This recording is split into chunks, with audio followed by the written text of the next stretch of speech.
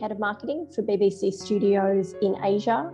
And I'm originally, as you can tell from my accent, from Melbourne, Australia, and I studied film and TV at university.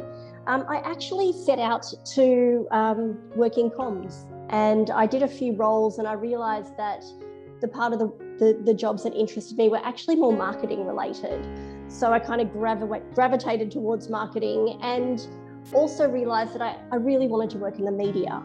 So the first marketing role I got was for an organisation called SBS, which is Australia's multicultural broadcasting corporation. And they are quite unique in the marketplace. They broadcast in 68 languages in Australia. And that was a really steep learning curve, a really interesting time where I got to learn not just more about marketing, but multicultural marketing, which has continued to be a bit of a passion for me.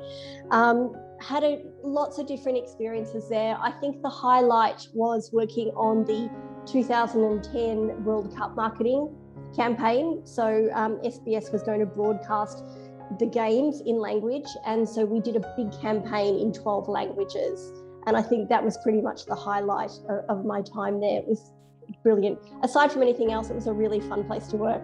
I then went on to the ABC. So the ABC is Australia's public broadcaster, and that was a really different remit. So, I went from quite specialised multicultural marketing to mass marketing, really, for content. And it's a really great opportunity to work very closely with producers, understand their content, and that gave me a really good grounding to then start to connect their content with audiences. And I think what I really loved about that role was it was really diverse. So on any given day, I might be working on a marketing strategy for news or a marketing strategy for kids content. And that was part of the role that I really loved. It was also a really interesting time to work in TV marketing. So up until that point, TV marketing had pretty much relied on on-air promos, some publicity, and then if you were lucky enough to have budget, you might do some print or some outdoor. It was around 2012, and what we found was that social was really coming into its own and an opportunity to go out there and connect with those audiences. So we started to market a number of our shows online. We started to build digital fan bases.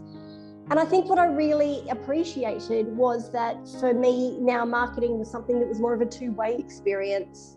Up until that point, it had been very push related. It's like tune in 7:30 Monday. Now it was a great opportunity to talk to some of those fans and, start to build those online communities. And we learned a lot during that time. We had to move very quickly. But it was a really fascinating part of that role. I then moved on to BBC Studios, where I currently am today, working from their Sydney office. And even though that was still TV marketing, it was quite a different environment. So I'd gone from a big free-to-air environment where basically you were talking to anyone that had a TV. Now you're working in a subscription TV environment. So you have to be much more targeted in your approach. And it was more specialised in many ways. We were looking at, marketing drama, marketing factual content, and it just required a slightly different approach. I also really loved that role because it fulfilled one of my bigger ambitions, which is to work for a global company, which is something I always wanted to do. And I really enjoyed working on global brands such as Doctor Who, and taking that opportunity and connecting those big global brands to local audiences and local fan bases. 2 years ago, I moved to Singapore, and that was really, again, about getting a new experience. I've always wanted to work overseas. I find Asia to be a fascinating market, and it seemed like a really good opportunity to stay within a company that I love but have a very different experience.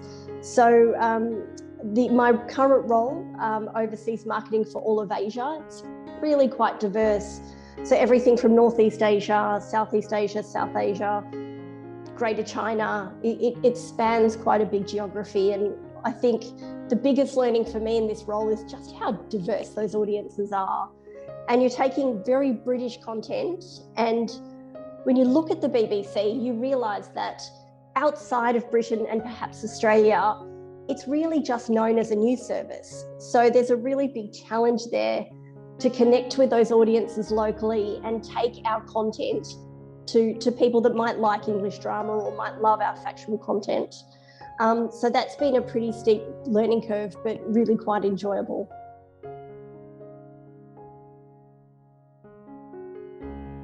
The last 12 months has really changed the way we live, putting it most fundamentally. People have been spending a lot more time at home. People have been watching a lot more content.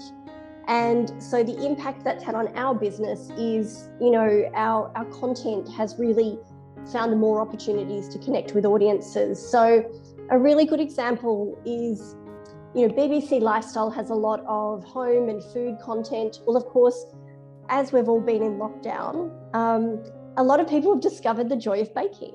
So programs like the Great British Bake Off has been going gangbusters. And people love that kind of home-focused, home improvement. Those kinds of programs have really resonated with our audiences. Another really interesting component is, as we've not been able to travel, our content on BBC Earth, our natural history content, our adventure content, our travel-led content has also been really hugely popular with audiences. We're basically sitting in front of our TVs. That's the closest we're going to get to travel this year or in the foreseeable future. And the other thing I would point out too in our industry is just dramas and bingeable dramas. So we have BBC Player, our OTT platform. A lot of people have been consuming a lot of drama, and that's the kind of content that's been really popular over the last 12 months. From a marketing perspective, it's also changed. We've also had to change our approach. So, when I arrived in Asia, we were doing a lot of local activations. We would be doing events. We would be doing activations in malls, which I know is really popular here. That opportunity for us to connect with audiences quite directly. And that was a core component of our strategy here. It's important for us as a global brand to have that local connection. And that was one way that we could do that. Of course, with COVID, shut down. So we quickly had to pivot. We've always done digital marketing, but now that is far and away what we do. And we've needed to be quite nimble in the way that instead of having fans and having that opportunity to interact with fans one-on-one, we've had to build digital fan communities and have that two-way conversations with them. And I think now more than ever before, it's been finding opportunities for our very, British content sometimes to how do we make it speak to local audiences? How do we find those connections? And online is a really great way for us to be able to do that.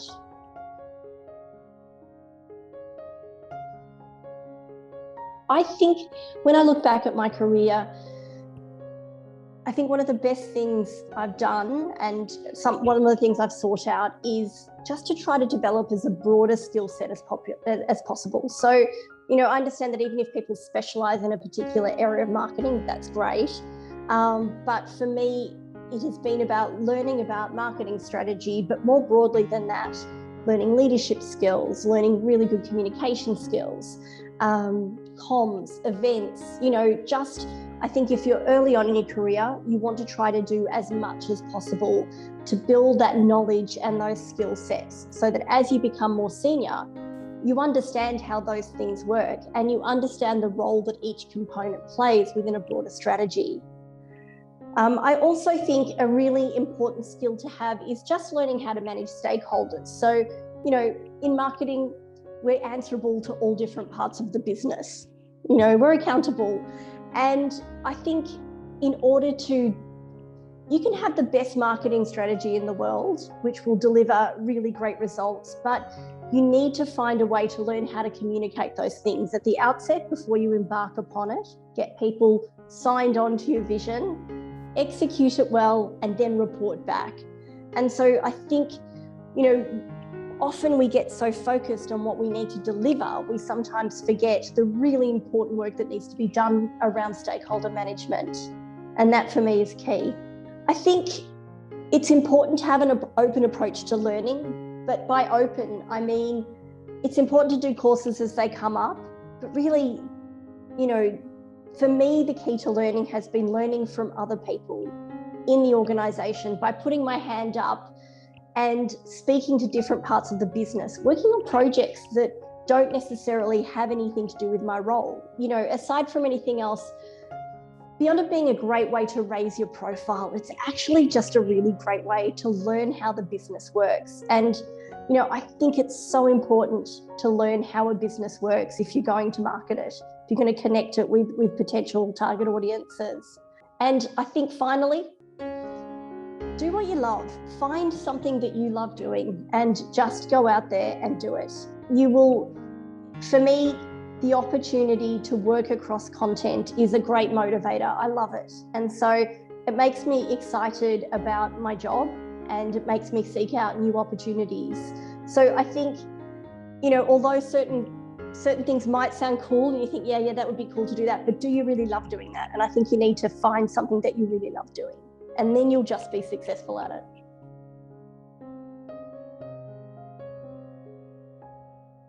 I think my key motto would be, don't be afraid to take risks. Pick up, change countries, change jobs, seek out new experiences. I think, you know, especially at the moment, it is hard to take risks, but I think there are incredible rewards if you do take risks. So that could be moving country, or it could just be attempting a different marketing strategy to get a different result. It doesn't always have to be terrifying and life-changing. It could just be looking at everything that you were doing, looking at everything the team is doing, the business is doing, and just think, what could we be doing differently? You know, I think we're really afraid of failure, but I don't think we should be. You know, I think my advice to everyone is find a place where you feel like, you know, you can fail, which sounds ridiculous, but bear with me. It's about finding an environment where people feel comfortable that you can take risks. And I know this to be true in the startup space, especially, you know, and in some industries, failure is a badge of honor. I really think it should be. It's where we learn the most. And when I think about the things that I've worked on, I think about the things that go well, but I've also thought about the things that we should have done differently. And it's those experiences that I've learned the most from, and I take the most, you know, I almost take the most pleasure in them. And then I think, you know, in terms of just general life lessons, it's just to put your hand up for different experiences. You know, even just beyond, you know, your 5-year plan or whatever it is that you might have in your career, opportunities come to us, and, you know, it's amazing when they do, but it's really most of the time creating your own opportunities. And you often can only achieve that by pushing yourself out of your comfort zone, building relationships with people that aren't necessarily in your team, looking at what the business is doing more broadly, looking at what the industry is doing, you know, having that kind of hunger for learning, but not just learning, actually doing and getting those experiences. And for me, that's possibly one of the most enjoyable parts of my career, and the fact that I'm still just learning. You know, I've got so far to go. There's still so much more fun to be had.